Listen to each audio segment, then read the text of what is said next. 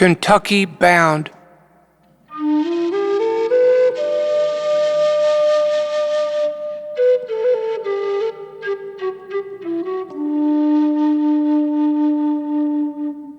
No matter where I wander, no matter how far I roam, the most beautiful place on the planet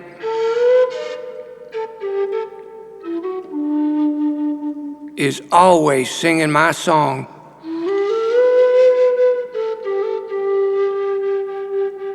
Calling me home.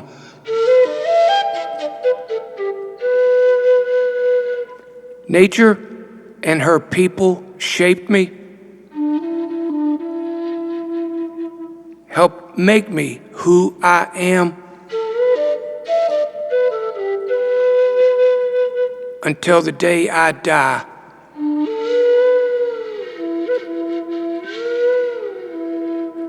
I will be thankful.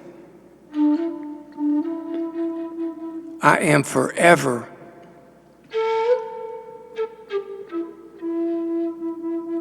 Kentucky bound.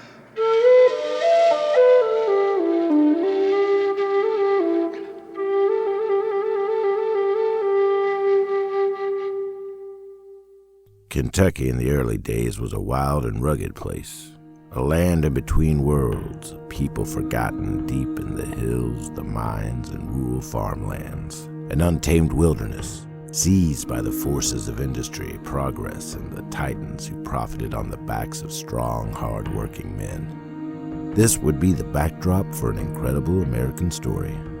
The story of a young Kentucky boy who would go on to record the history of those people and to carry out of those dark lands a story of hope and redemption, of the fire and the wind, the Green River and the mighty Ohio, and of the deep black coal that would give birth to the man and legend of Ron Whitehead.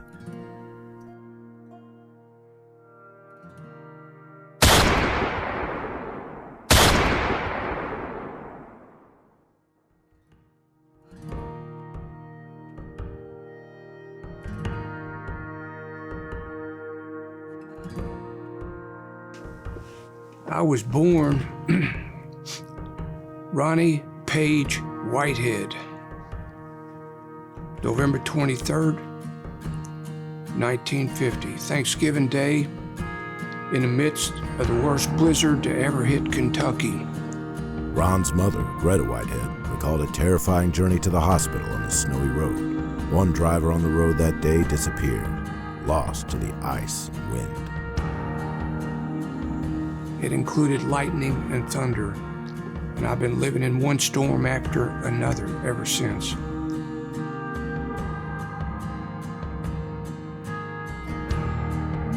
New Jerusalem Outlaws in Nashville, Tennessee, riding with Rebel Jesus, Johnny Cash, Mickey Pollock, guitars, Oliver, and me. Well, yes, we look suspicious, and it sure as hell didn't take long for the cops to stop us and bust us long before we made it to the Ryman in Nashville, Tennessee. So now we're getting off the Greyhound, return ticket free. Yeah, they shipped our asses back to Kentucky, to the Kentucky State Penitentiary. So here we sit outside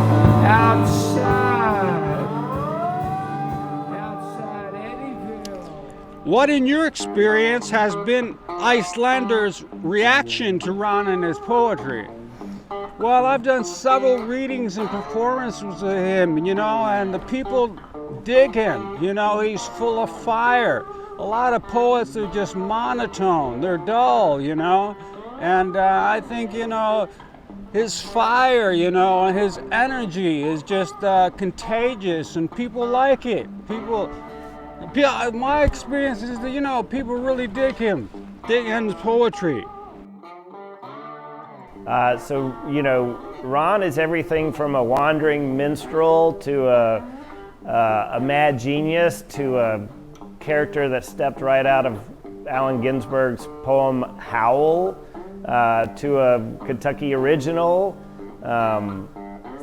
You know, there's just not that many people in life that are capable of living such an authentically true, integrity-filled existence as Ron Whitehead. So, you know, you got to support these authentic Kentucky voices, and Ron Whitehead is an authentic Kentucky voice. So we, you know, when he said, hey, you want to publish this book? You know, at first I was like, well, I don't know, you know, I don't have national distribution. I don't know how we get it out into the world, but I want to support you and your vision, so let's make it happen. And there's some beautiful poems in there. And then same with the records. One of the albums has Harry Pickens playing jazz, and Ron, you know, his voice, mellifluous, you know, it's like listening to Wendell Berry, and it's Ron Whitehead, and he's telling his stories, and they are poetic, whether it's a song or a poem. He kind of crosses he bridges those artistic media in a beautiful way, and he always brings together amazing people. And you know, it was fun helping him out on the very first Gonzo Fest as well, and putting the big billboard banner up on Bardstown Road. Ron and I taught together at the University of Kentucky Jefferson Community College, and for a while Ron taught over at the University of Louisville. Then he came to Jefferson Community College, where I was teaching, and that was where I met Ron. That had to be 30 years ago or more. Ron was a noisy person back then, so if Ron were around, you knew he was there, and that's pretty important, I think. He's an amazing person. He is a dynamo in poetry. He's got more energy in poetry than any 5 poets I know put together. The number of books that he produces, the number of DVDs and CDs that he produces with poetry and with music. Ron came from a musical family, and they're still all of them in his family are musicians, and it was natural, I think, that Ron became a poet of writing from the poetry of music that he came from. And his fierce beginnings would go on to be reflected in his upbringing on a small tobacco farm in western Kentucky. No easy life for any young man in those days. Ron's father, Edwin Whitehead, worked for Peabody Coal Company, which operated mines in Ron's native Ohio County and neighboring Muhlenberg along the Green River, where Ron's father operated one of the largest shovels, the monstrous Bucyrus-Erie 1450 dragline, a massive shovel that cleared away swaths of overburden for the coal excavators. Ed was a hard-working man. Ron's adventurous, studious, and poetic nature found him often the subject of both verbal and physical torment.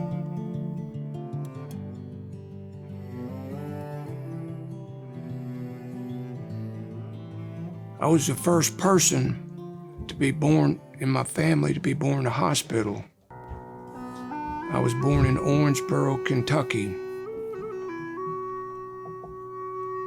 the site of the last public hanging, legal public hanging in the United States. The same town, Western Kentucky town, where Johnny Depp was born. I know some of you know him. Us Kentucky boys happen to be iconoclast. We stand up against the bullshit. We tell it like it is. What would you like to know about me? I'm 70 years old now. I'll be glad to share any stories with you you're interested in. My life is an open book. What about Mama? I've heard a lot about Mama. Also a lot of work. That's what's so very interesting about Ron, and what a great Kentucky poet he is, and so and an author in the way that Wendell Berry is too, of just that connection with the place. Talking about Mama cutting the heads off chickens. Watch the little chickens run around the yard, their headless bodies, and putting food on the table, taking care of all those kids. And I think really distilling into Ron who he was. I also want to back up. I think Ron is, good Lord, I think he's the kin to a bunch of holy roller preacher types from my recollection and discussions with Ron. He's told me about that, how much oratory he took in through those growing up childhood experiences. He'll tell those stories far better than I can, but just all these super interesting little facets about Ron that really put the puzzle together. I think his mom really instilled in him to do what he wanted to do and be the person he wanted to be. And can you imagine, I mean, his father, hard ass, right? Can you imagine that, not only just having a father like that, but also having a father like that who appreciated literature and appreciated good poetry, but saying, Dad, I'm not gonna follow in your footsteps and work in the mine. I'm gonna be a poet. As Ron grew older, the small towns of Centertown and Beaver Dam seemed smaller and smaller. With his love of poetry, storytelling, and a thirst for knowledge growing daily, he struggled to find his place in the consolidated Ohio County School District, an education system more geared towards coal mining, farming, and trades than to college prep. I come from a long line of farmers, coal miners, holy roller preachers, and strong women. Daddy worked at the coal mines for 43 years and never missed a day of work. I worked at the mines 3 times myself.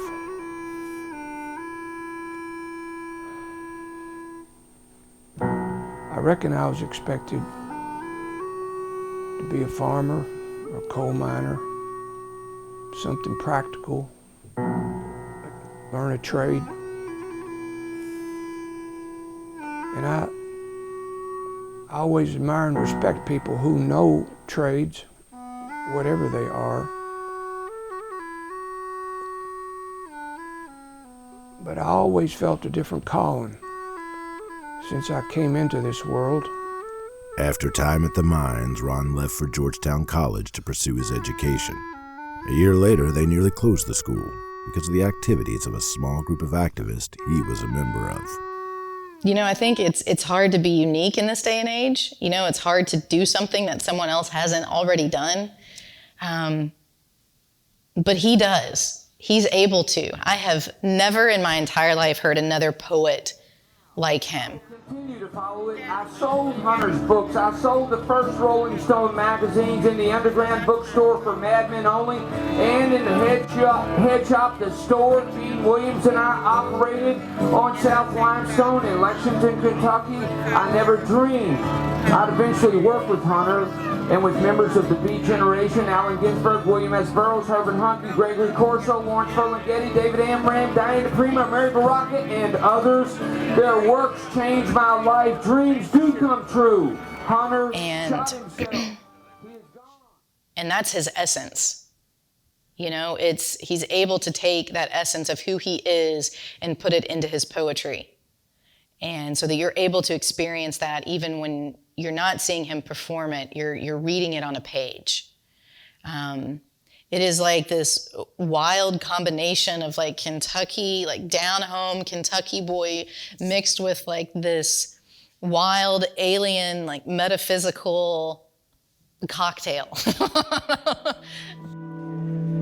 Amazing grace, how sweet the sound that saved a wretch like me.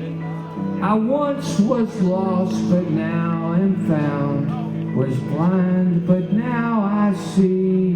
Greyhound into and out of Tennessee. On a Greyhound bus we rode. The Viking Hillbilly Apocalypse Review. An outlaw band we were and be. On a Greyhound bus we rode into Nashville, Tennessee. Straight but staggering from Kentucky. On a Greyhound bus we rode. Guitars, Johnny Cash, Jesus, Mickey Pollock, Oliver, and me. We be outlaws, damn proud to be. We rode right, but all wrong, direct. You know, but he's able to combine these worlds that live in him and write this poetry that is approachable. His words are approachable. I don't know if that really answers the question, but that's...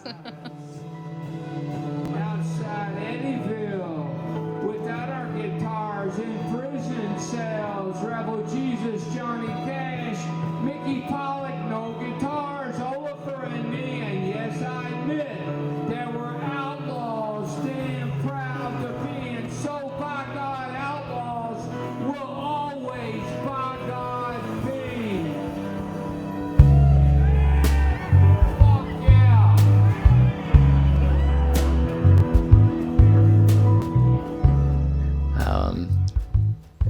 It's just, I mean, you can't write this stuff, and every moment since has been like that with Ron in one way or another. And anyway, he does, you can tell he's upset, he's a little drunk, and he just does two poems. He does two poems and he leaves the stage and he apologizes profusely afterwards because we were going to film quite a bit that night, and then explains of what just happened and I'm so sorry, that kind of a thing. And we hang out for a little bit, and I ended up getting my guys and driving back to Evansville. And I mean, the performance was really good. And working with Ron, you just know everything that he puts out there is from his heart and his soul, and he's bleeding his work. And that night he bled from his mouth, but just a really interesting guy. And on that first performance, I'm like, my God, what am I in for? At the time, I think I set some terribly unrealistic goal of principal shooting would be done in a year. It's not how Ron operates, and I knew all along that was unrealistic. I had just hoped that I could find some money and we could go and live these adventures, and I could shoot for a period of time and just follow him around the globe for 12 months or something like that, or 10 months, and get kind of what I was looking for. Turns out we did all those things. We traveled together, we've been different places. It just took a hell of a lot longer. 9 years of doing that with him. And every time he would call, it would be something else. I'm gonna perform over here, you should come. I'm gonna give remarks over there, you should come. And along the way, you see him change. He goes through trials and tribulations. There's really this positive growth for Ron. When I first met him, I didn't know how the guy was still alive. I mean, he wasn't in the best of health, in and out of the hospital, clearly dealing with an alcohol problem. And I, as much as anybody when I was around him, was enabling that. Of course, I'm not going to tell anybody how to live their life, and that's, doing what I was doing. I wasn't trying to have an influence on this person, but he grew to be one of my very best friends, one of those people for a period of time that you just share everything with. That's who Ron is. And so that relationship evolved between he and I over time as well.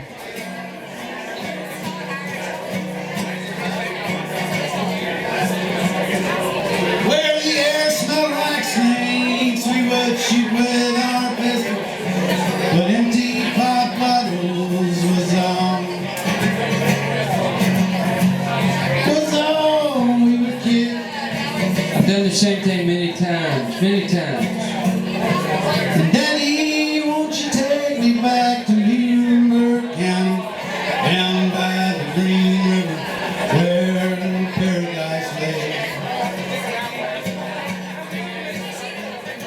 who has inspired me to live an authentic life, to begin to understand, what does that even mean? What does it mean to be authentic? What does it mean to be real? What does it mean to be vulnerable? And how do you do that? And how do you show up in your life? That is the greatest work that my dad has done and will continue to do long after he is gone, is how to be an authentic person. That is what he wakes up every day and does, and it takes a fuck ton of courage to live from that place. And so he lives by example, and he lives it in his work, and every single breath that he takes. In 1973, Greta enrolled Ron in a local contest put on by the mayor of Beaver Dam. For one $500 prize, contestants would rock in rocking chairs outside of a local strip mall until only one contestant remained. The event was expected to last no more than 24 hours, but due to the desperation of the times and the economic depression of coal country, the parking lot turned into a full-blown encampment for local contestants and their families. 24 hours, 48 hours, 72 hours. And I ended up, there were judges lined up in front of the rockers. Eventually, thousands of people came. It was publicized through all the media. It was turned into a big carnival atmosphere event. Over 30 people were hauled away to the hospital having one breakdown or another. People pissed in their pants. And there were judges, and if you were 1 minute late, you got a 5-minute break every 3 hours to go to the restroom, and you had to run to the restroom. They had one for men, one for women. Over 100 people started the marathon. The mayor thought it might last 24 hours at the most. He didn't take into consideration the money factor, $500 for first prize, $250 for second prize. Started on Saturday morning at 10 a.m. Sunday night, Daddy said, he walked up to him and he said, "Ronnie, I'll tell you what, I'll give you $5 an hour," because he was starting to get into it. Everybody was getting into it and pulling for their favorites at that point. People were dropping out like flies. And Daddy said, "I'll give you $5 an hour for every hour you last from this point on." Daddy obviously had a feeling I had a chance. Other members of my family were in it. And I ended up rocking 89 hours and 55 minutes from Saturday morning until Wednesday morning, and rocking in a rocking chair. After the first night, eating pizza that came from the pizza parlor across the parking lot there at Mid-City Mall in Beaver Dam, it tore my stomach up, and so I switched over to drinking water and eating honey, and solved the stomach problem, and it increased my energy. And no need to go into the details of it, and there are many. I ended up writing an award-winning book, first in 2 volumes, now published in 1, titled The Beaver Dam Rocking Chair Marathon, the Bone Man Saga, volumes 1 and 2. People breaking down, sobbing, screaming.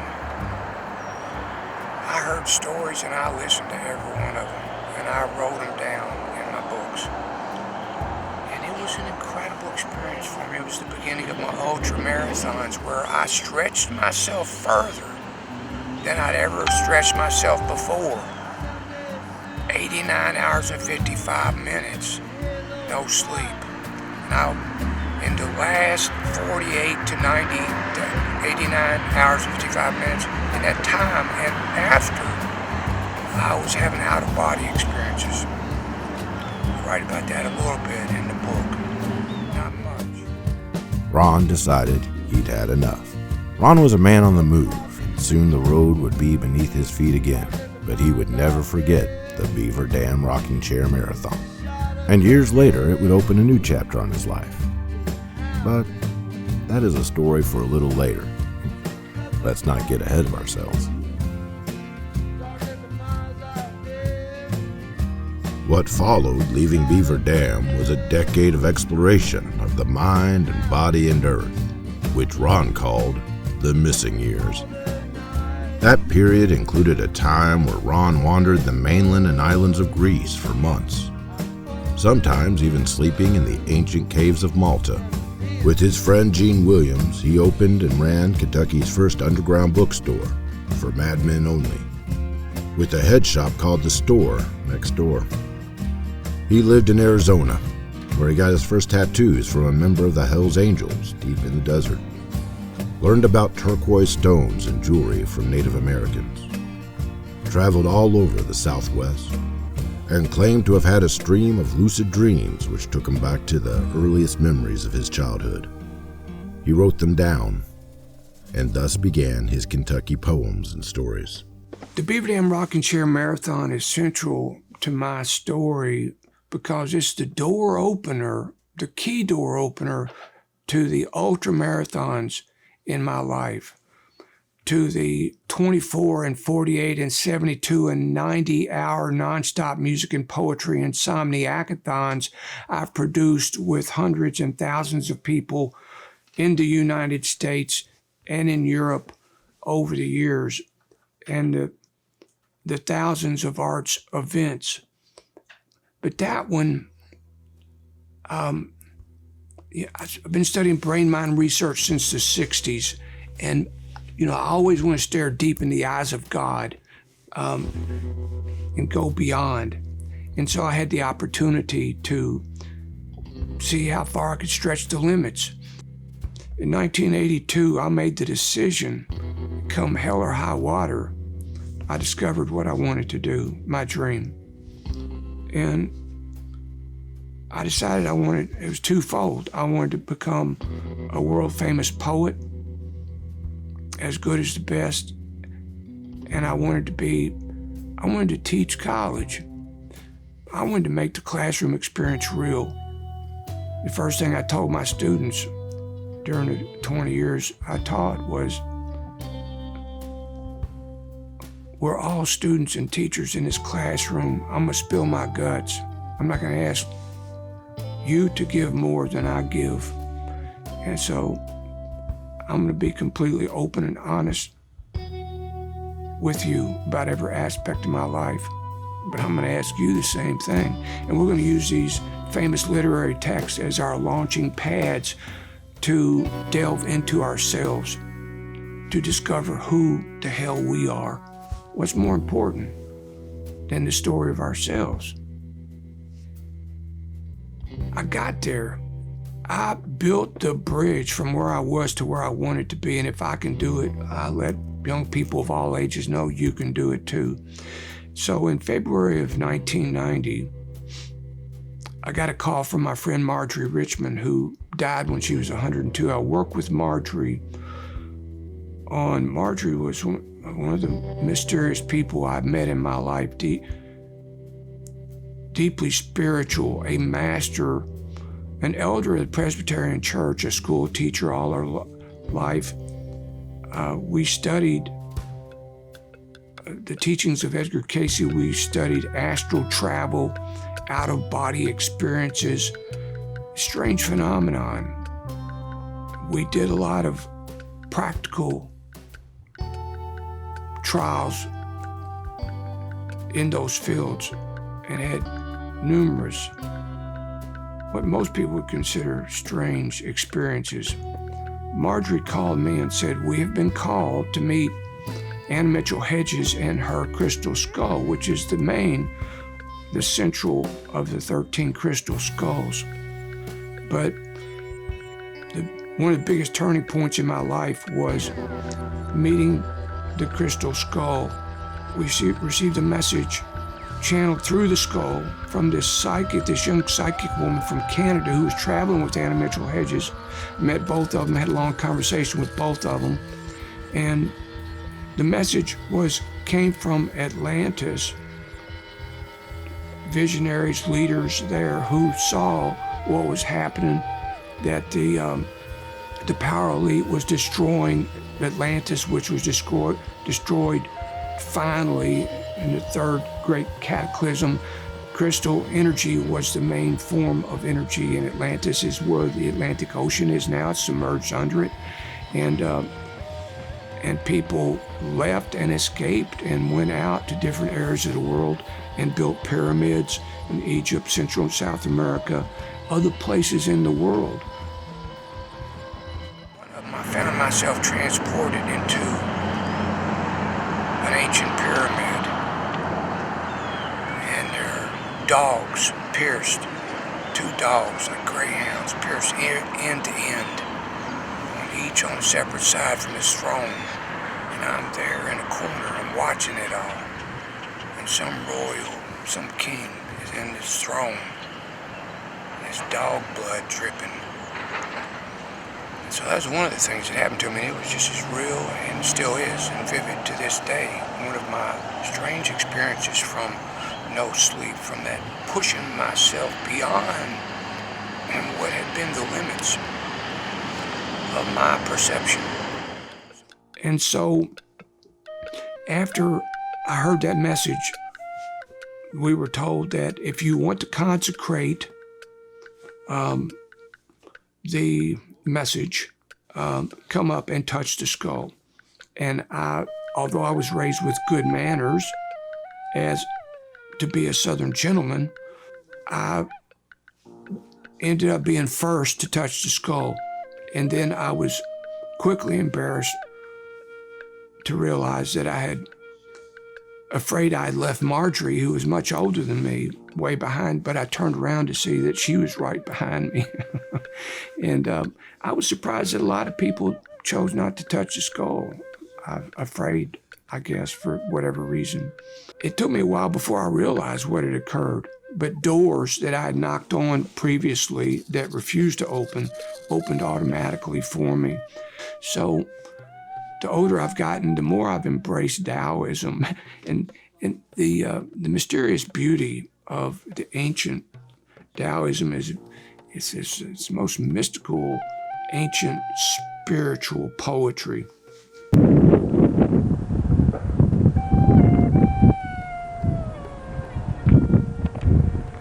Kokopelli. Lament. 2 Kingdom 7. O Great Spirit, defend me, deliver me. Why have you cast me out? Why have you forgotten me? Give me light.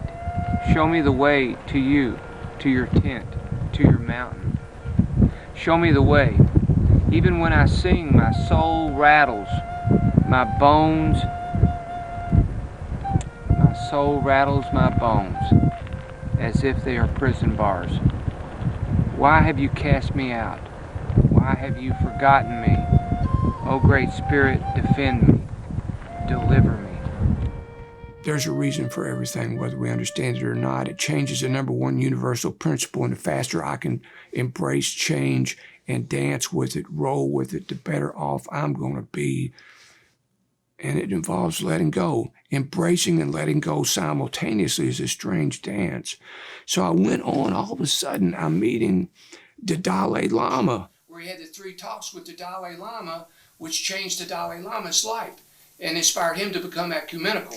And so he said, after he told me that, he said, bring the Dalai Lama to visit Merton's grave. He's never been here. He would love it. I'm a few feet away from him, in the Mary Anderson room, after he gave his talk at the Kentucky Center for the Arts, his first visit to Kentucky. There's a press conference afterward, his talk. I work with young people all the time, and I was so glad to hear you say what you said about the heart. And I wonder if you might have some message you could give me that I could pass on to all the young people who will be coming from all over the world? Well, the Dalai Lama closed his eyes. He smiled real big. I did usually inspire some people to their feeling towards our future, humanity's future, rather as a pessimistic. But I do feel. As the Dalai Lama spoke to me and gave me the message, all I heard were the words to my poem, Never Give Up. I didn't actually hear what he was saying. So it was some kind of a spiritual transmission.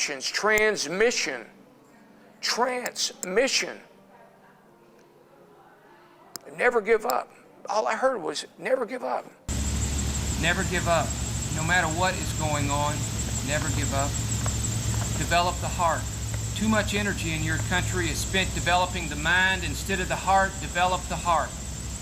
Be compassionate, not just for your friends, but for everyone. Be compassionate. Work for peace. In the world and in your heart, work for peace. And I say again, never give up. No matter what is going on around you, never give up.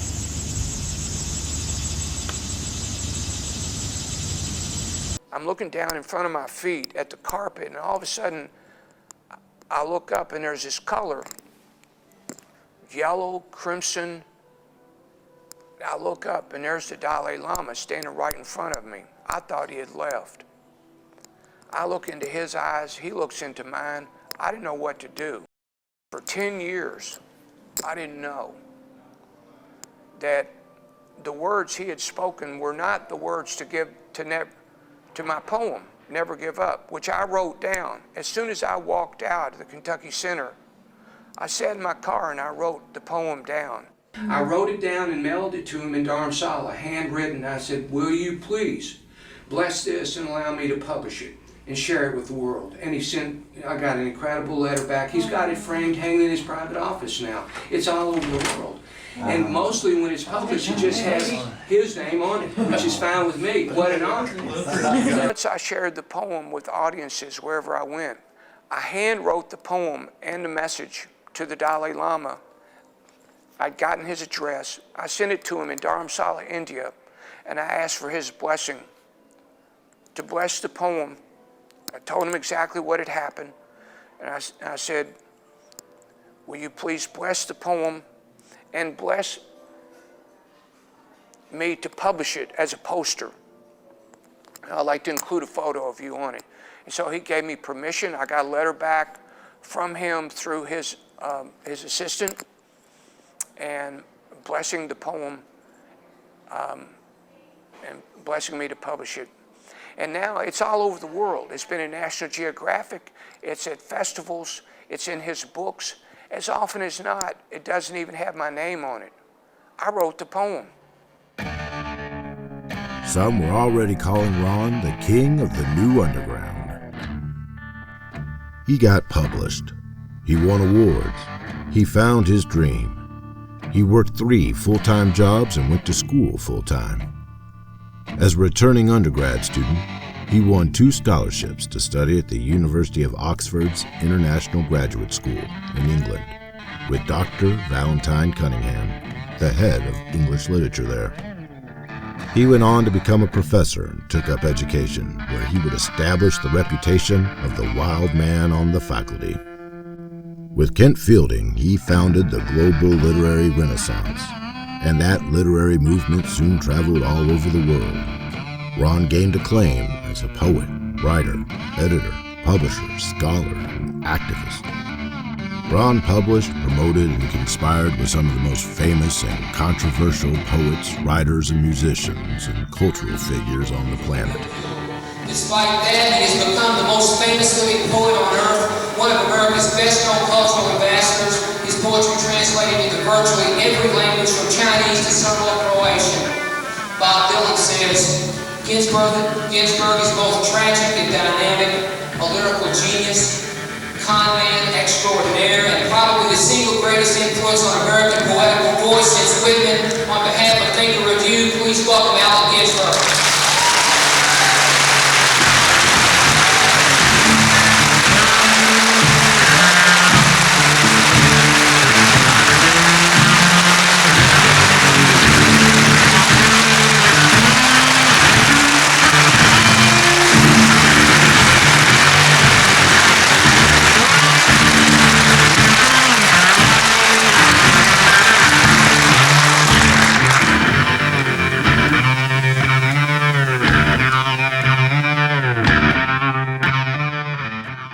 Gregory Corso, Herbert Hunke.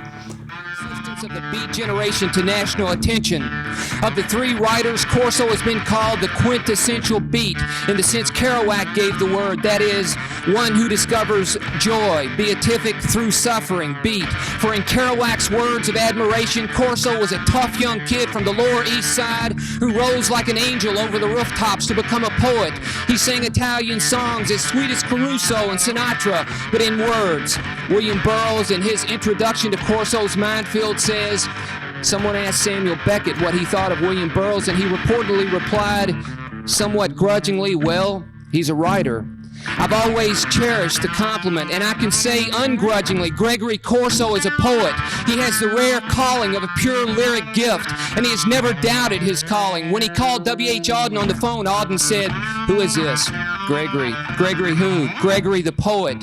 Burroughs says, there are those who say that Gregory has grave flaws of character. Poetry is made from flaws. A flawless poet is fit only to be a poet laureate, officially dead and imperfectly embalmed. But I think Gregory would survive even the laurel crown, for the smell of life would leak out. And Burroughs adds, Gregory is a gambler. He suffers reverses like every man who takes chances. But his vitality and resilience always shine through with a light that is more than human, the immortal light of the muse. Gregory is indeed one of the daddies. Here from New York City for his first ever reading in Kentucky, unacknowledged legislator of the world, please welcome the poet Lawrence Ferlinghetti, calls the greatest poet of them all, world poet Gregory Corso.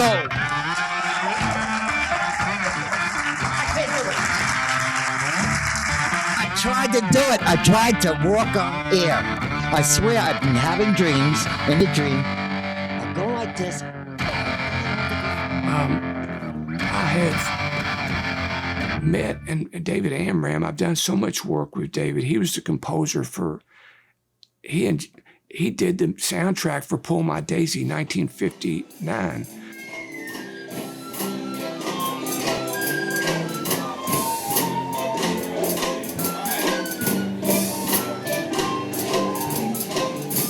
And since we met in 1994 at this big conference in New York City when he brought a whole busload full of kids up and just wowed everybody with the way those kids expressed themselves. And then I heard this fantastic poet at the end, and I said to one of the kids, who is that guy? They said, that's our teacher, Ron Whitehead. Now Ron's just honored as the national beat poet. And I'm driving all the way from my little place in Beacon, New York, up into Connecticut just to see him get that award and show that what my forebearers who come from Birmingham would have referred to as Yankee Land, now honoring a native son of Kentucky, one of our great poets, great friend, great guy, and I know all of Louisville must be very proud of him. In my song, Calling Me Home. Nature and her people shaped me, helped make me who I am. Until the day I die, I will be thankful. And with Jack Kerouac narrating, with Ginsberg, with all of them being in the film. But see, my meetings with all those people occurred through the door-opening synchronicity that started happening after I met Deanna Mitchell-Hedges' Crystal Skull. One thing led to another, and I met Diane DePrima. She's the first person I brought for the International Reading Series at the University of Louisville. I believe in synchronicity. I believe in energy and the law of manifestation. I believe that the shortest distance between 2 points is a creative distance. The last 3 days since Diane DePrima has arrived in Louisville have been magic. On behalf of Think a Review, I welcome each and every one of you to our first International Poetry Series reading with our guest, Diane DePrima.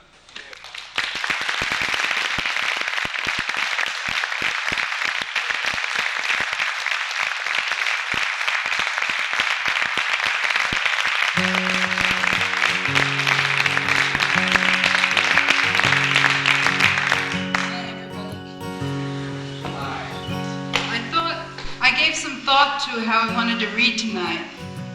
And I thought that it might make some sense to start with earlier work and move into later work and kind of give you a sense of how things grew for me rather than randomly read this and that. So that's what I'm going to do.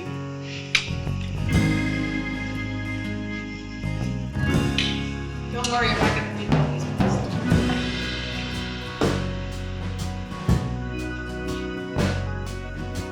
A few months later, I got a call from Robert Hunter, the lyricist for the Grateful Dead.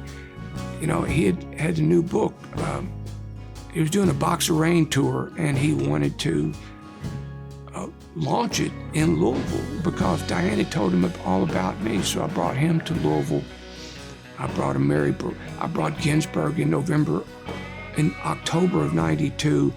And when he left, he was here for a week, and then he left and went to Lowell, Massachusetts, and he told everybody there, if you don't know who Ron Whitehead is down there in Louisville, Kentucky, and the work that he's doing, you better find out. 1,500 people came to my poetry reading there that he produced. And then Ginsberg, at the end of his life, a few years later, I worked with him until the end of his life with different projects. He did a tour of Ireland. Bono, lead singer for U2, opened for him. And 2 weeks after Ginsberg gets back to New York, I get a letter with a handwritten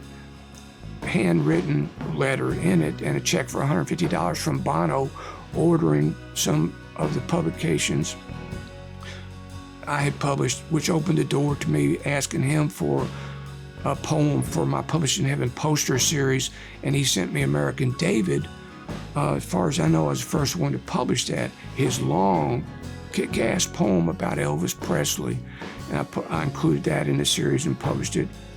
And so those are all other stories. Word of mouth is still the best form of advertising available in the world anywhere. People telling who you work with, who are familiar with your work, telling other people about you. There's a real devil in the world now. The Bible teaches it, and we can see evidences of his work everywhere.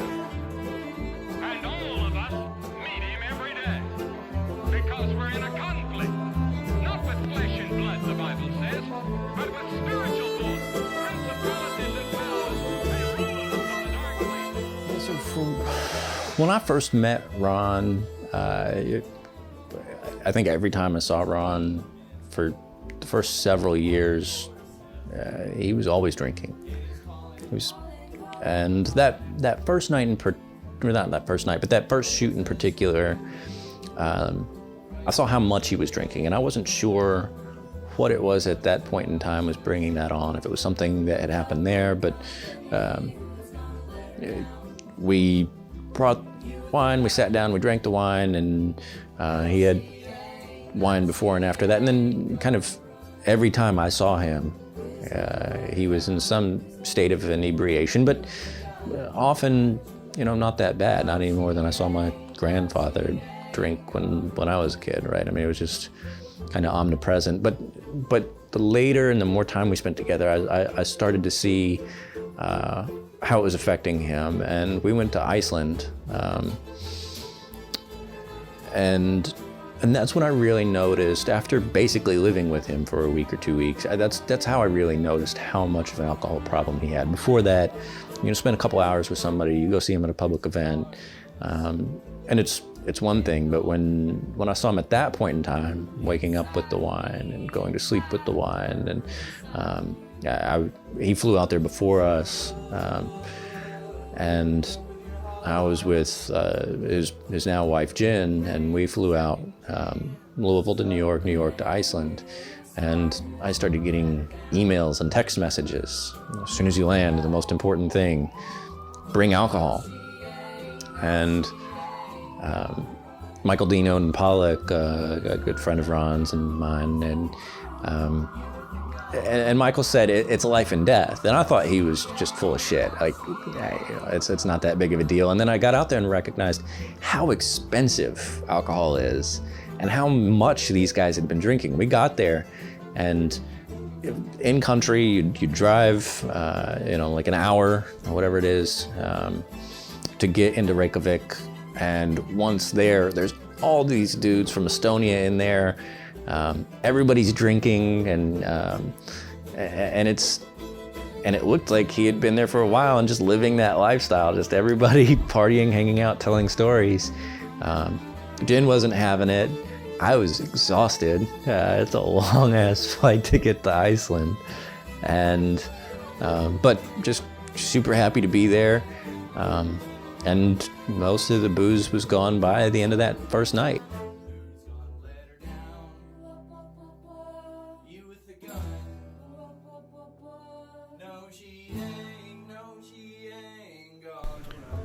And that's Michael Dean Odin Pollock.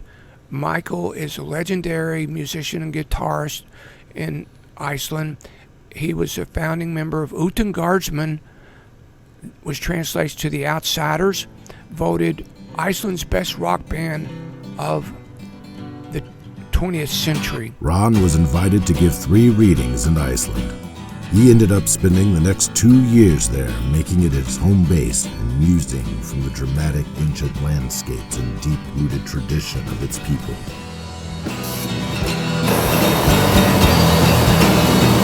Ron Whitehead, how's those poets? I will not bow down. We are the storm generation. We are the storm. He co-produced Iceland's first ever Beat Generation Festival with Iceland novelist Olafur Gunnarsson, after which he solo climbed the legendary Viking Mountain in a howling storm. He was nearly blown off 3 times to his death. This, I think, is my friend Olafur Gunnarsson, Iceland's most respected novelist. That's him right there. Amazing guy. He's an advisor for the TV program The Vikings, and that's the Viking Mountain right there, the legendary Viking Mountain. Olafur told me the story about it when the Vikings first moved to Iceland. They would send one person up each day because you can see so far around in all directions from up there. And so Olafur and I, in 2008, in May, we produced the first and only Beat Generation Festival in Iceland at Storklop. At his home, which is across the valley, there's a river I call the Crystal River, runs through the valley, and then there's the Viking Mountain. Well, 3 days after the festival, after he told me all these legends and stories about the mountain, I said, I gotta climb it. So one morning, look at me up there. He dropped me off at the base of the mountain, and it was mist and rain, and there were clouds at the top, and as I was getting out of his vehicle, he said, and there's Jen, she climbed it with me. He said, oh, Ron, by the way, I forgot to mention, several people have been blown off the top to their deaths. I said, you jackass. And so, but I was about to turn around, and so I climbed it, and like 2/3 of the way up, this terrible storm came, howling wind. But I was determined. I made it on up to the top. It's steep. Jen climbed this in 2013. The weather was nice, but she climbed it barefoot and lost like most of one little toe, because that's like volcanic ash. The stone all the way up there, it's sharp. But the girl goes everywhere barefoot. And so, these Tibetan monks, I was so honored, did the sand painting, and I was asked to deliver the sand painting when they normally disperse it into water.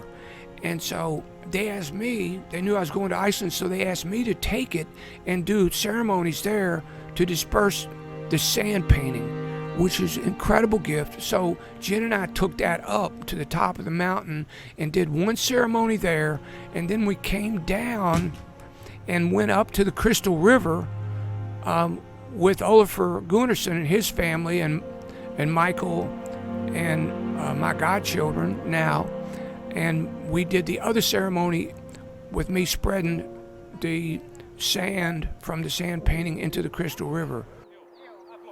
You guys are in agreement? Yeah, we're good. Yeah. All right. Are you going to join us?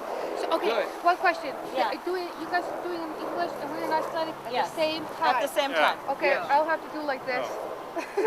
Well, there's only one of me and Ron is going to say it, maybe.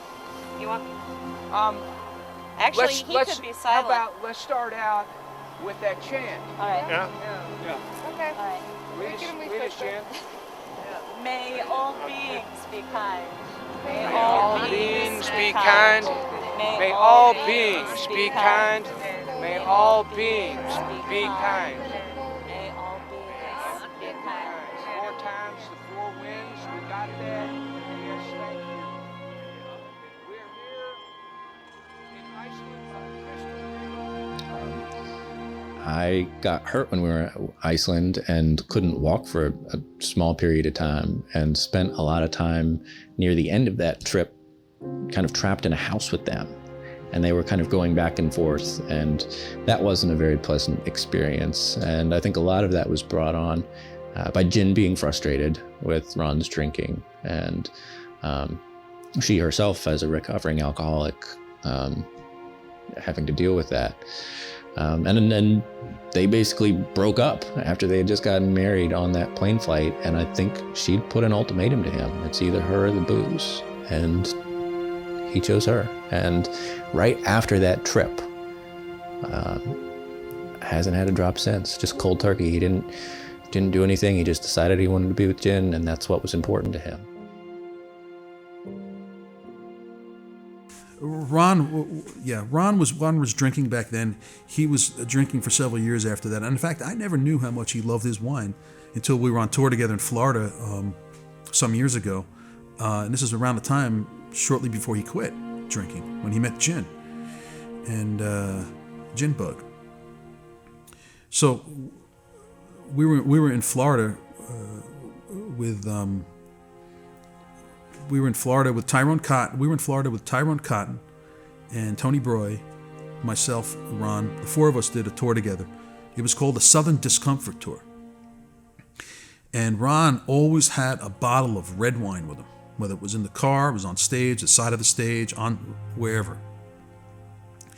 And people had commented, saying, Ron's really, he's struggling with the alcohol. I mean, he's having a hard time on stage. And my friend Kim Bukite, who's a dear friend and knows Ron quite well as well, said, he's inches away from an alcoholic's death. His body is swollen, his organs are failing. He's dying, Frank.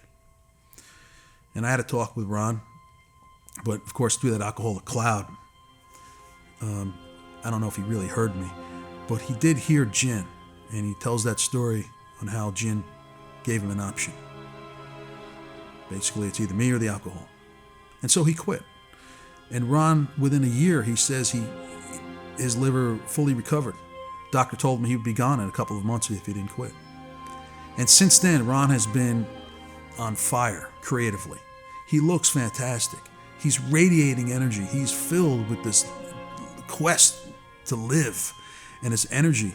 And it's exuding. And he walks into a room which is electrical. He's got such clarity. And he's driven by this sense of childlike curiosity to find the truth, to keep seeking, to be on this journey of life. And so that's inspiring to me.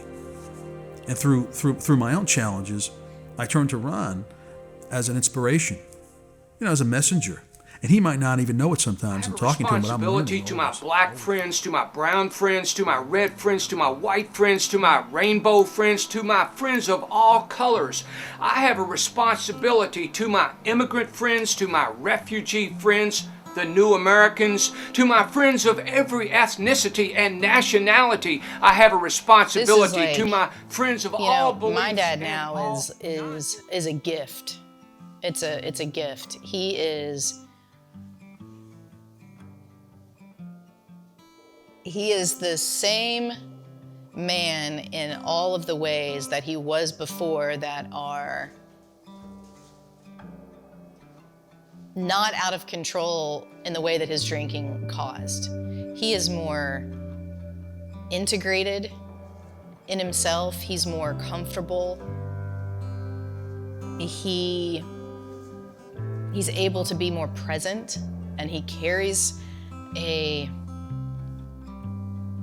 gentleness now around him that I don't think that he carried before. He's able to be more gentle. He has more fun. You can see this. He talks all the time about becoming more childlike, and you can actually see that in him, which is a really cool thing to be able to see. I took a trip recently with him and my youngest son to the beach in Delaware, and he was able to be there with us. He was with us. He let us bury him in the sand, which is not something that we would have been able to do for lots of different reasons. When he was drinking, it was about him. It was about being on. It was about performing.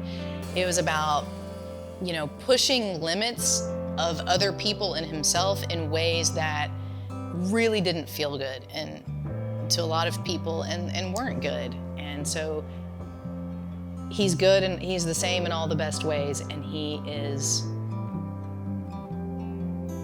different and more of a father in all of the ways that I have always hoped for.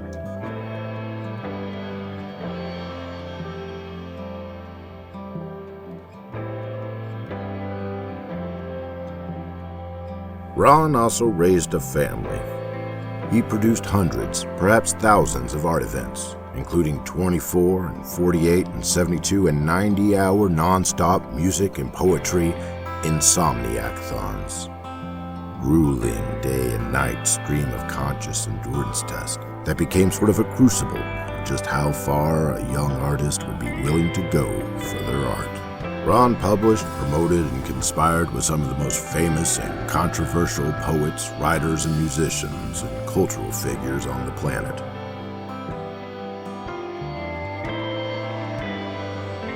My godson, Alex Bernard, he's like a little brother to me. And we live in Eastwood, Kentucky, and he befriended this kid named Isaiah Titchener. And Isaiah's mother was Robin Titchener, and his dad was Bernie, but Robin is Ron's sister. So I remember, going to pick him up. They were young kids. They were, 5, 6, 7, 8 years old. They were good friends, and they lived up by the ball field. Eastwood's a little small area, just right outside of Louisville proper, I guess. And I went up there one day to hang out with my friend David Carter, and this dude was in the yard just intriguing, man. He was kind of hippie-ish, and I was skateboarding kind of stuff, so I was pretty open-minded to stuff. But this guy he had stories, he just wouldn't stop, and it just stuck out to me. And, later in life, I'd ask Isaiah about him, and, during that time too, I was at Western Kentucky, and I remember when he brought, it was street news that he brought Johnny Depp and Hunter S. Thompson into town, and I wasn't really sure about Hunter other than Fear and Loathing at the time, but just hearing the story, it was cool. We knew that we knew we had O'Shea's, we knew he went to Bristol. We kind of just on the street, there wasn't social media and stuff. That was all word of mouth. They was like, hey man, guess who was at O'Shea's last night? Johnny Depp, Hunter S. Thompson, and Ron Whitehead doing this little thing. And I wasn't lucky enough to see it. But then at that point I knew his relation to Hunter S. Thompson because heck, he brought him to town. On December 12th, 1996, he produced the now historic standing room only 4-hour official Hunter S. Thompson tribute, which featured Hunter, his mother Virginia, his son Juan, Johnny Depp, Warren Zevon, Douglas Brinkley, David Amram, and others, including many of Hunter's childhood friends.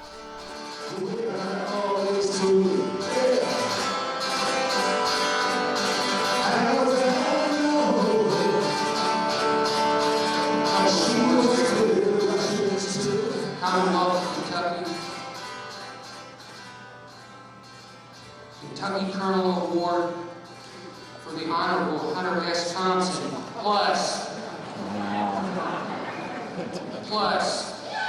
City of Louisville, Office of Mayor, proclamation to all to whom these presents shall come greeting, know ye that December the 12th, 1996 is hereby proclaimed to be Hunter S. Thompson Day. We got the keys to the city.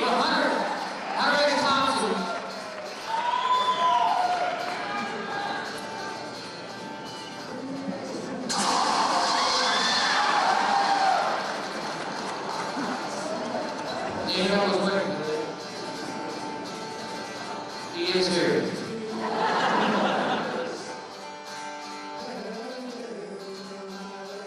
In 1998, small press, Tilt-A-Whirl Press out of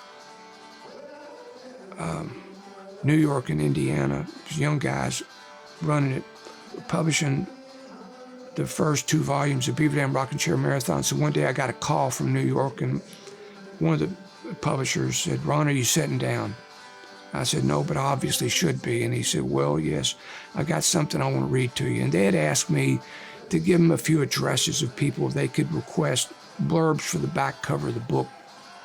And so he read me Hunter's, the young man finally gave me the original handwritten piece by Hunter, which is now in the U of L's, University of Louisville's Rare Books and Archives. And on it, Hunter said, "I've long admired Ron Whitehead. He is crazy as 9 loons." And his poetry is a dazzling mix of folk wisdom and pure mathematics. Hunter S. Thompson about Ron Whitehead. And then mathematics and wisdom are Hunter's highest treasures. So Hunter and I, something clicked as soon as we met. It's like we knew each other. And Hunter had the spirit or the soul of a poet, and he was a visionary, and he saw into things, and he saw instantly. He saw the whole scene. He could read you. It didn't matter who you were. He could read a situation. He saw it. He was a gentle soul, but he was also a madman. And he could go to the other extreme in a heartbeat. I've been around him. I witnessed him. I'm surprised Whitehead didn't blow his fucking brains out, because the guy did have an awful lot of, let's say, impediments rolled in front of him for reasons that were beyond his control, and he handled it. Backstage with him during that 4-hour event, and all of a sudden, he reached over, and I had this stack of papers, my notes, like introducing everybody. There's so much involved in producing a major event like that. And he just slapped it real hard and knocked it out of my hands onto the floor. And there was like a pool of like spilled liquor, whiskey, beer, all over the floor. So everything got sticky. And I picked it up and I came within a hair of just tackling that son of a bitch and just, going at it right there. How would that have looked? How would that have been? Hunter Thompson and Ron Whitehead wrestling behind it in the back of the stage at the Hunter S. Thompson tribute. There's part of me that sees the hilariousness of it, and part of me wishes I had done it, but I had it under control too much, and I didn't do it.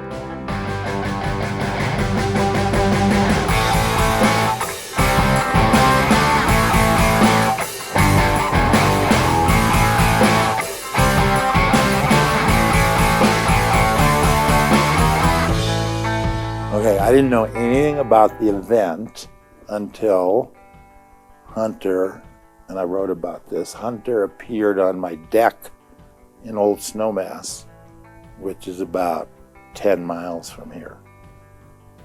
I was looking out the window, and seeing Hunter in the daylight was rare. Seeing him at my house was rare. Seeing him at my house during the day was a first. He was wandering around looking for the door, and he came in, and we small talked for a while. Then he asked me if I wanted to go to Louisville for this event, and without hesitation, I said, I'm in. And he smiled and left. And then I realized I just signed up for terra incognita, totally unknown. If I were here with Hunter in this house and he acted like an asshole, I go home. Now I'm contemplating. I'm in Louisville. He acts like an asshole. Do I go home? Do I check out and check in across the street? Do I rough him up? I don't know, but I'll figure it out. That's going through my head. So getting him to Louisville was like an act of Congress. Late for the plane, even though we had committed to be early for the plane. I had passed 30 cars on blind curves, scared the shit out of Hunter. We got to the airport, Deborah had held the flight, and then everything else went wrong. It took us forever to get to Louisville. Fortunately, Wayne Ewing, filmmaker, was on the ground ahead of us. He's a real good advance man. So the trip from hell turned into a good arrival, which lasted a few hours.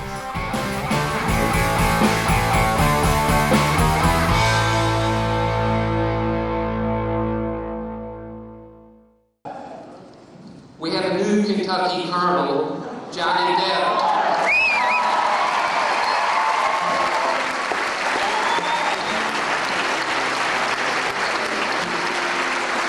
And from the office of the mayor, to all to whom these presents shall come, greeting. Know ye that Johnny Depp is hereby commissioned an honorary citizen of Louisville.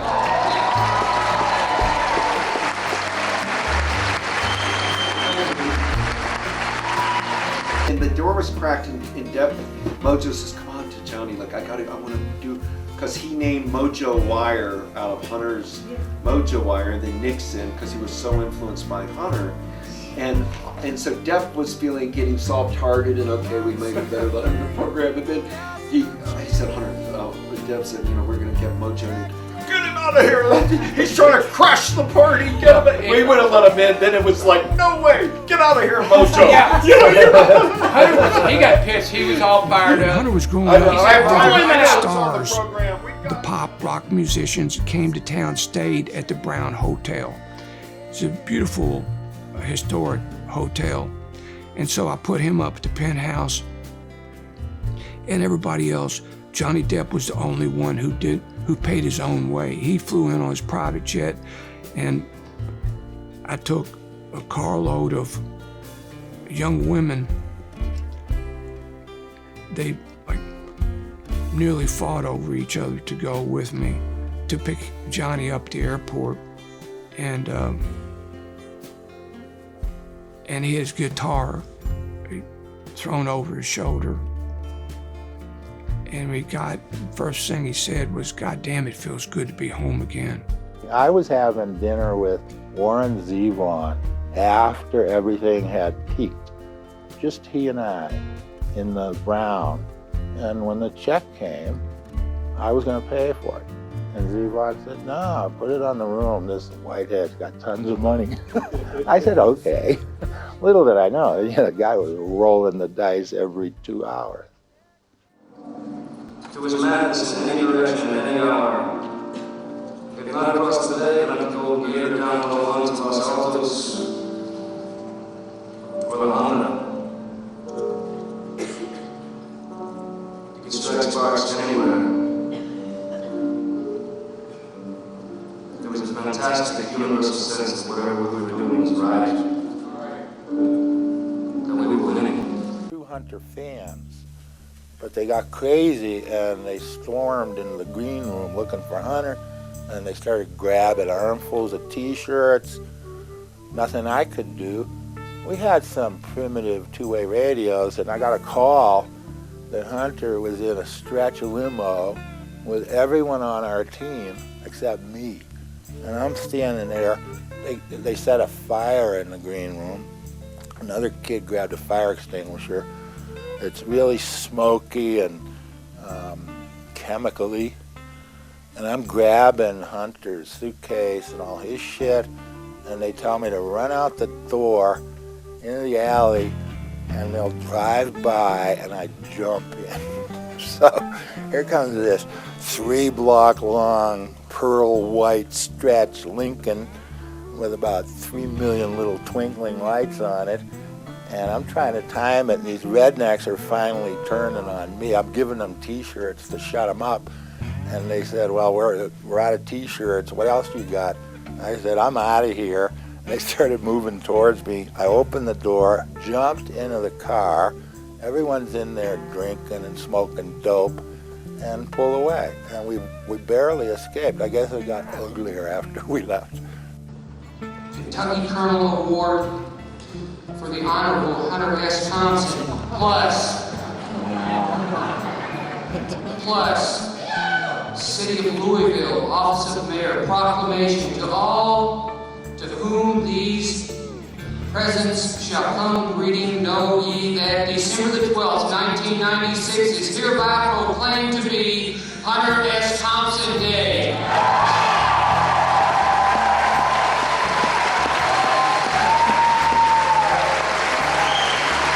When Hunter was in the green room and said, "Go tell Whitehead I'm not going on stage until he gives you 10 grand in small bills in a brown sack," I said, "No, don't fuck with me." He said, "No, seriously, I'm not."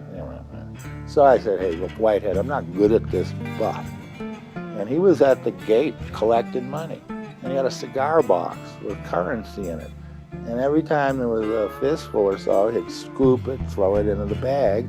Finally, he said to me, "Yeah, this is it. I'll keep filling another bag. I think there's 10 grand in there." And I winked at him. I showed it to Hunter, gave him the thumbs up, and he went on. Send lawyers, guns, and money.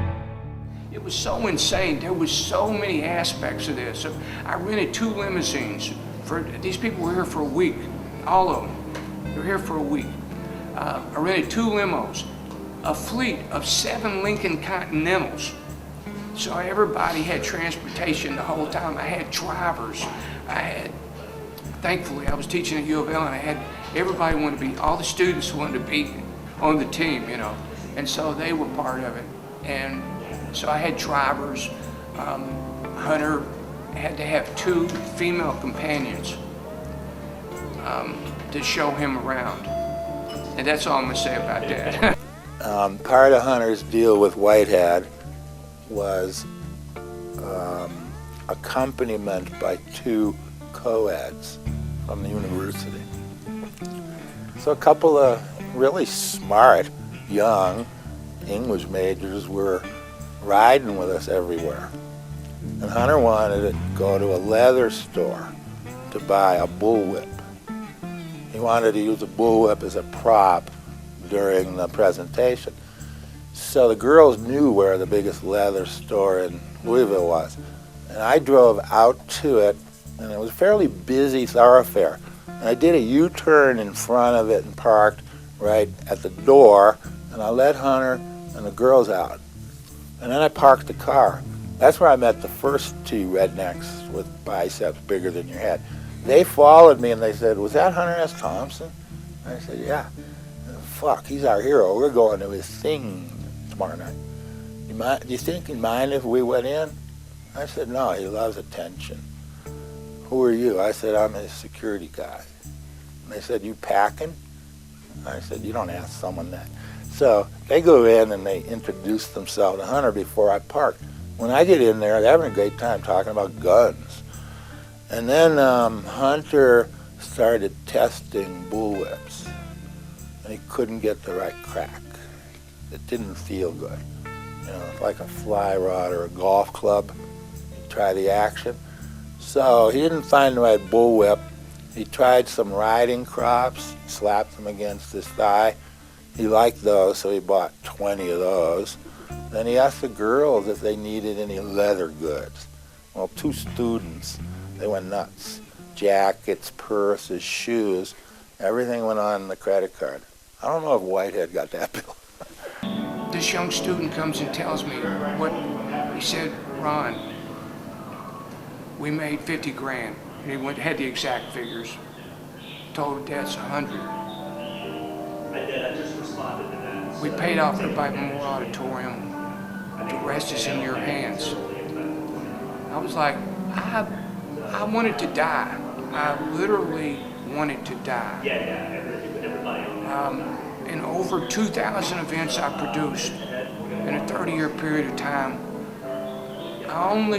I made a little money, I lost a little money, I broke even. If I made money, I always put it back into the next event or the next publication. I published a couple thousand titles too. I've done everything I've done for the love of it, for the arts.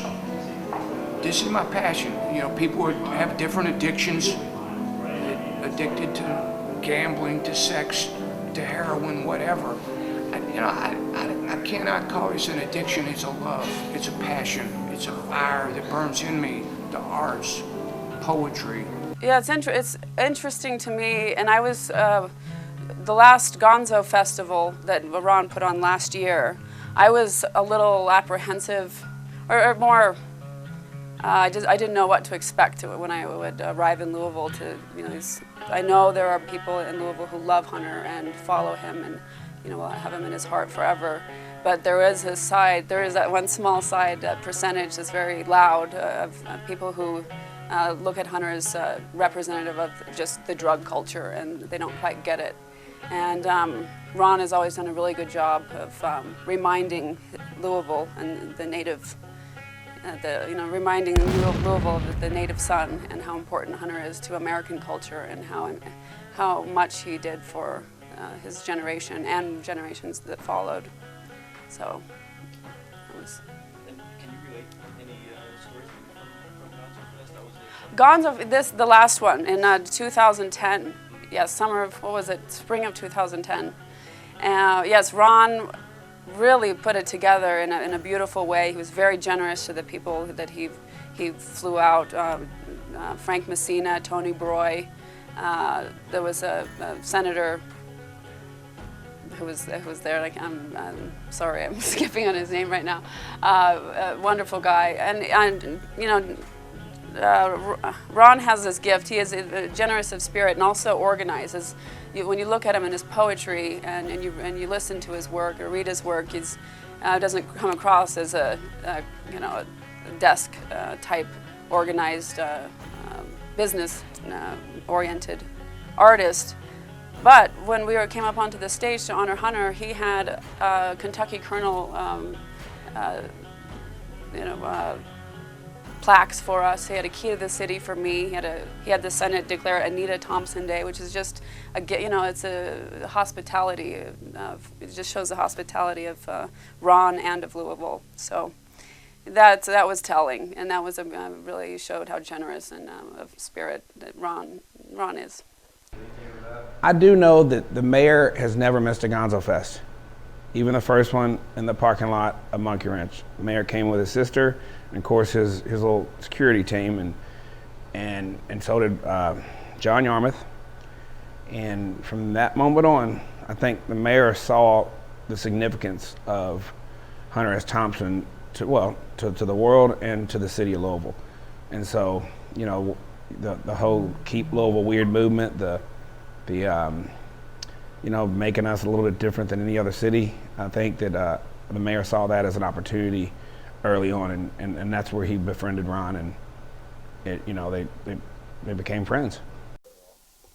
Like many people, I think I met Ron through a funky, funny picture maybe that I saw of him somewhere, and said, who is this kinky, bearded, unusual-looking dude?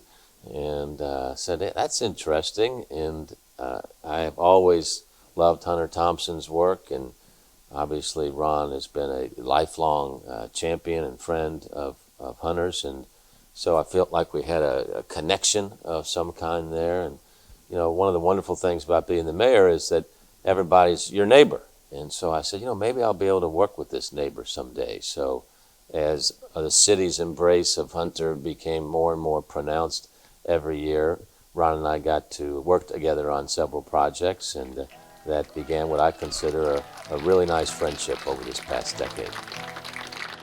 Anita also wants me to relay a message to Ron and to the extended Gonzo family here that she wants to thank Ron for what he's done here in celebrating Louisville's son, Hunter Thompson.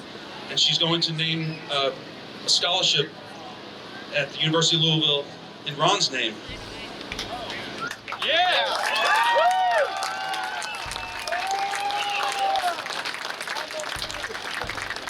Ron just has to decide what department it's going to be.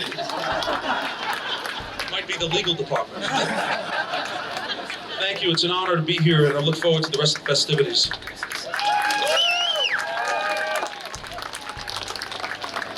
All right, how we doing, Gonzoville?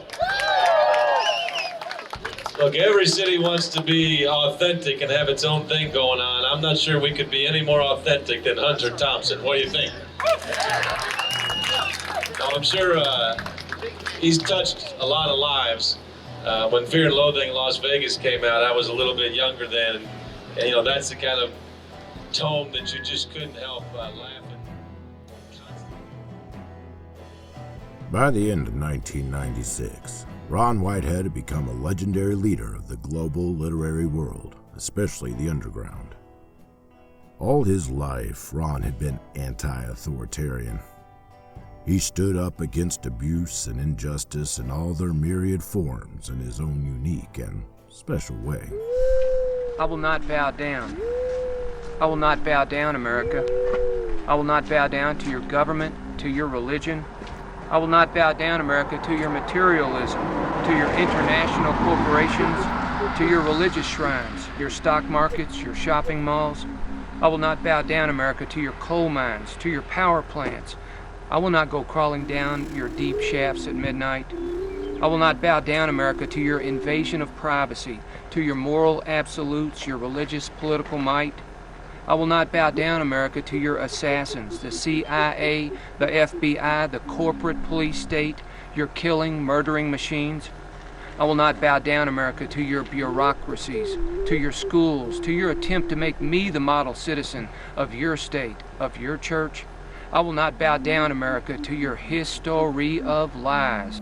Through poetry and personal inspiration, he was a fighter for the downtrodden, for those who couldn't defend themselves, the sick, the elderly, children.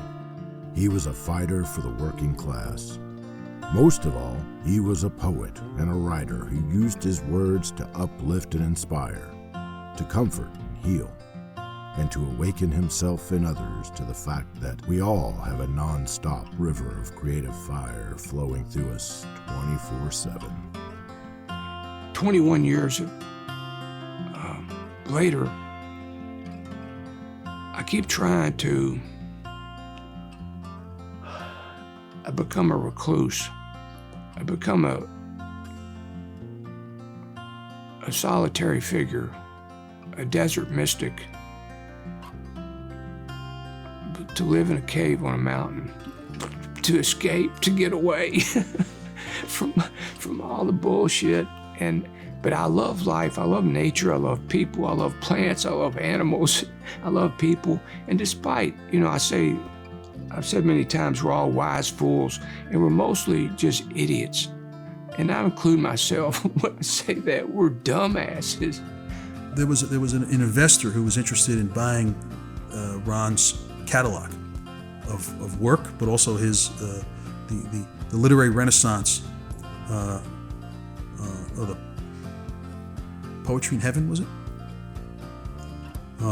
His Poetry in Heaven line of books and his catalog, and to be able to sell them and that kind of thing. And but the investor, this guy Tony Broy, said he's going to buy Keyman Insurance against Ron because he was drinking so much. He's like, I'm going to take out $1 million policy on Ron Whitehead, so when we do this tour, if he dies, I'll get paid. Meaning Tony will get paid. And we laughed and made a joke. I said, you better tell Ron about that because I'm not involved in any. That's not cool. You got to tell him. And so we split ways. Ron ended up living beyond the alcoholism, and he's now ripe at 70 years old, and he's got many quality years left. So that dude lost his investment, I think. He beat the odds, man. Ron beat the odds, man, and beat the house. I'm not a literary scholar, but as a reader and as someone who loves American literature and loves American culture, I think Ron's work deserves a place in Louisville and American literature in whatever capacity. I don't think it's over. Whatever capacity he ends up in, I don't think he's finished. His place is he's mid-career. I mean, he's he seems like a kid to me, maybe 12, 13. He's just getting started, perhaps. He's worked with the Dalai Lama, he's worked with Hunter Thompson, he's worked with, senators and Ferlinghetti. He's one of the guys, and he deserves a great place in literature somewhere. I think one of his legacies are all those young people he touched and their parents and grandparents who often came to his events, where they saw, boy, I've got a story. I can tell my story. I really am somebody, and so is everyone else. He's very big-hearted in that way, because rather than terrifying people and saying, I've achieved this and you haven't, so get out of my sight or get out of my face, he tries to encourage other people to express themselves. And he expresses himself so beautifully that even the most hard-hearted, disillusioned person suddenly feels alive, because he's seen as someone who appreciates his own roots. You need to, you've read this probably, or maybe it hasn't, but you need to read some of these interviews and essays in here, because they're really important. That Ron's poetry is important, but gee, he's had his poetry going, all over the place for a long time, and Ron is complicated, but he's deceptively simple. When you read his poetry, you think, well, gee, anybody can write that. Well, it's a little like writing Ernest Hemingway. You look at Hemingway and you say, anybody can write that way. But then when you try to write that way, you say, why is my writing not coming out like him? He's a special force. I love, it makes me proud. I've been in a scenario where who's that guy? I'm like, you don't know Ron Whitehead? You need to know Ron Whitehead. He's a special part of what Louisville is. I don't want to compare him to Hunter at all, but if there's a beatnik, if there's anybody in the world like me loving music, we're proud of our musicians in this town, and I'm really proud of the poet Ron Whitehead, and that he represents Louisville, Kentucky. Whether it be an old friend or someone I've just met. What happened to discourse, to dialogue, to conversations, to respectfully agreeing or disagreeing, to being friends even, with those who are different, for whatever reason, than ourselves? I believe in friendship. If that doesn't sum up my dad, I don't know what does. I think the thing with him is that I don't want to get lost, is that I've had the privilege to be around him for a long enough amount of time to see the good and the bad. And the good still way outweigh the bad. And it's like that with any person. Spend enough time with anybody and you can kind of nitpick them and tear them apart. It's not worth focusing on the bad, but it makes somebody who they are. To go through life, you end up full of scars. Ron's no different in that. I'm no different. You're no different. And that's the piece that unites us. Here's this guy who's been through trial and tribulation, seen peaks and valleys. I wanted to go to Iceland to show some of these peaks and valleys, that metaphor in life, sometimes to go up, you must go down. That was part of what I was trying to get at with him. Lots of valleys, so high a peak. Well, I think Ron is a rebel. He's an outlaw in literature, and what his place is going to be in generations to come is hard to say. I mean, most poetry and real poetry, and he writes real poetry, is timeless, and it just grows with time. And it'll outlive him. His poetry will outlive him. It'll outlive us all. Ron never bought the old saying that it has all been said and done before. Nothing new under the sun. Every day, each and every moment, presented the doorway to a new adventure, and Ron has always been an adventurer, an explorer, and a wanderer. Daddy, Edwin Whitehead, was born July 31st, 1928. He died June 25th, 2009, 10 years ago.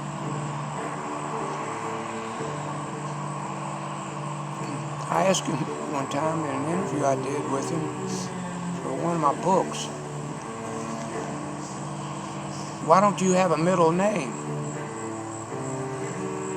He said, they had so many kids that ran out of names. He was a funny guy. He could tell jokes. He could tell stories non-stop without repeating himself. He was a real character. His black marble obviously represents the black bituminous coal he mined for 43 years.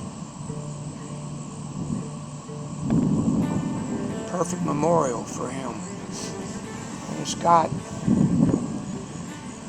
photo of him on the top of it there, a photo of Mama, her birth date, May 23rd, 1932. Just interviewed her at the Beaver Dam Cafe. She's 87 now.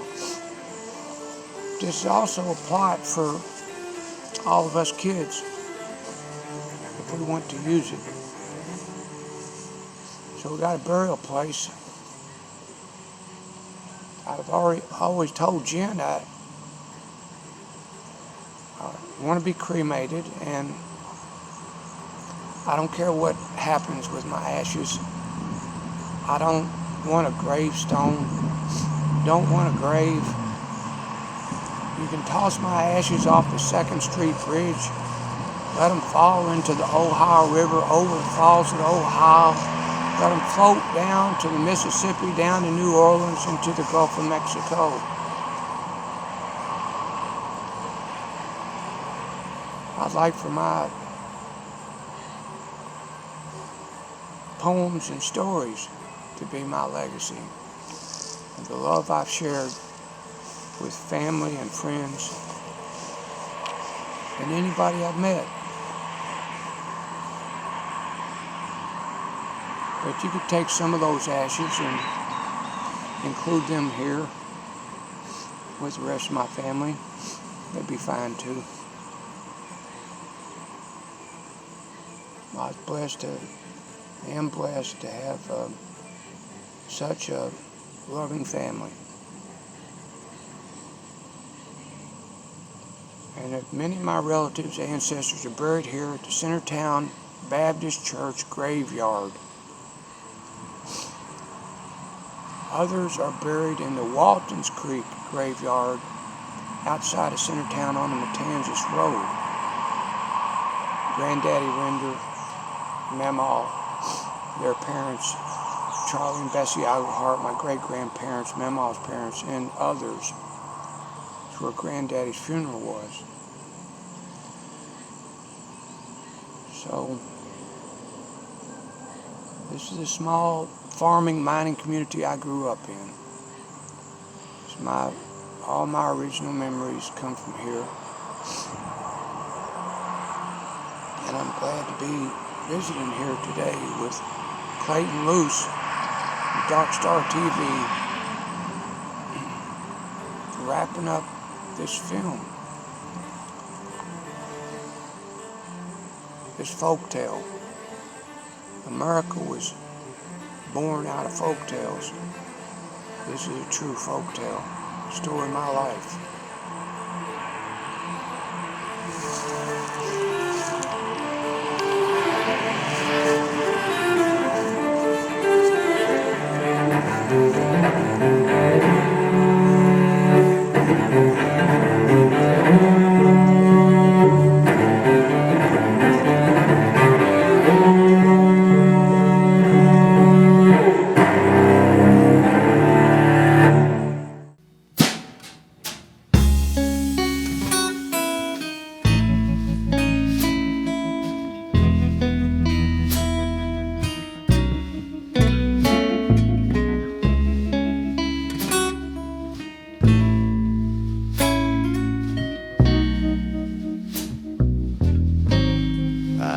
loaded 1,600 tons on a cold black train. As I headed out in the driving rain, I'm gonna get this whole love out of these God-forsaken hills.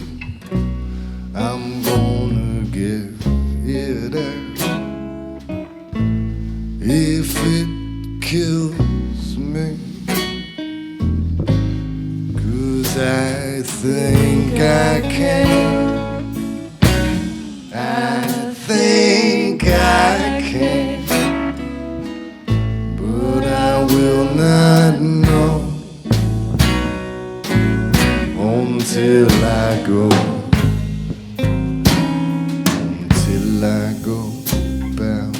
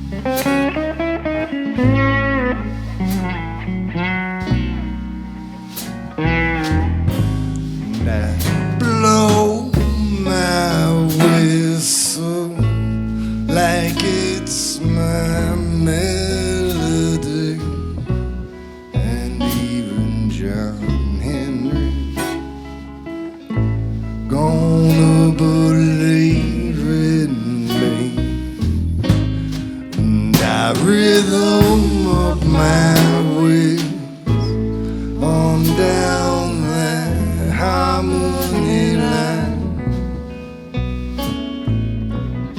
as I blow right on by my warning sign.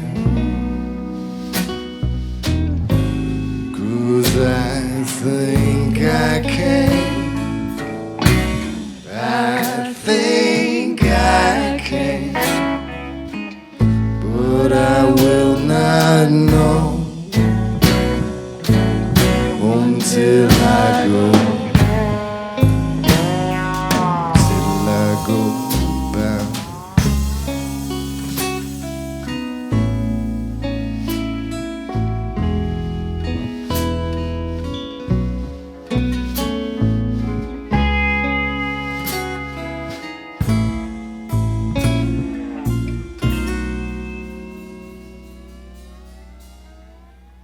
Kentucky bound.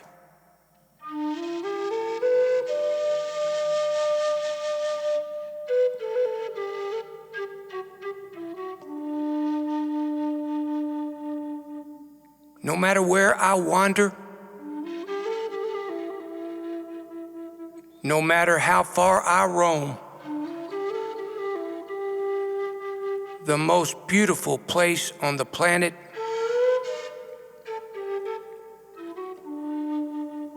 is always singing my song.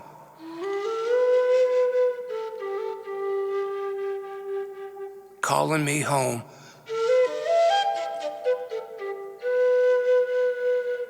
Nature and her people shaped me, helped make me who I am. Until the day I die.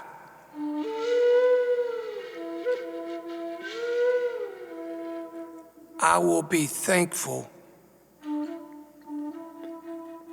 I am forever